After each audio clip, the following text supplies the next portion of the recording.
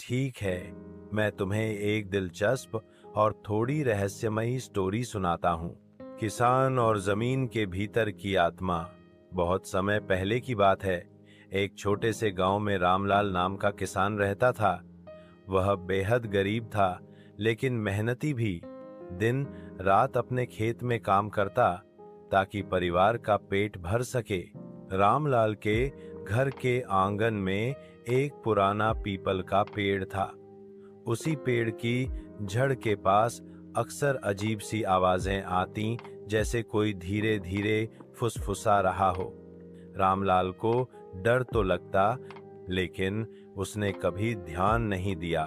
एक दिन उसकी जमीन खोदते खोदते हल अचानक गहरी जगह पर अटक गया। जब उसने मिट्टी हटाई तो वहां से ठंडी हवा निकली और एक चमकदार रोशनी फैल गई। उस रोशनी से धीरे धीरे एक आत्मा प्रकट हुई। आत्मा बोली, रामलाल, मैं इस जमीन की रक्षक आत्मा हूँ। सैकड़ों सालों से यहाँ सोई थी। तुम्हारी मेहनत और सच्चाई ने मुझे जगा दिया है। रामलाल घबरा गया, लेकिन आत्मा ने मुस्कुराकर कहा, डर मत, मैं तुझे वरदान देने आई हूँ। जब तक तू मेहनत और ईमानदारी से खेती करेगा, तेरी फसल हमेशा लहलहाएगी। लेकिन अगर तू लालच करेगा तो यह जमीन बंजर हो जाएगी।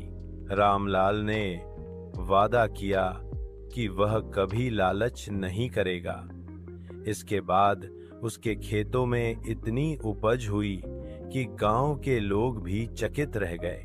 धीरे धीरे उसकी गरीबी दूर हो गई, लेकिन उसने आत्मा का वचन कभी नहीं भुलाया। गांव में वह हमेशा सबके साथ बांटकर खाता और मदद करता। कहा जाता है कि आज भी उस जमीन के नीचे वही आत्मा विराजमान है, और जो कोई सच्चे दिल से मेहनत करता है, उसकी मदद करती है। क्या तुम चाहोगे कि मैं इस स्टोरी को थोड़ा और डरावना अंदाज में लिख दूं, जैसे हॉरर कहानी?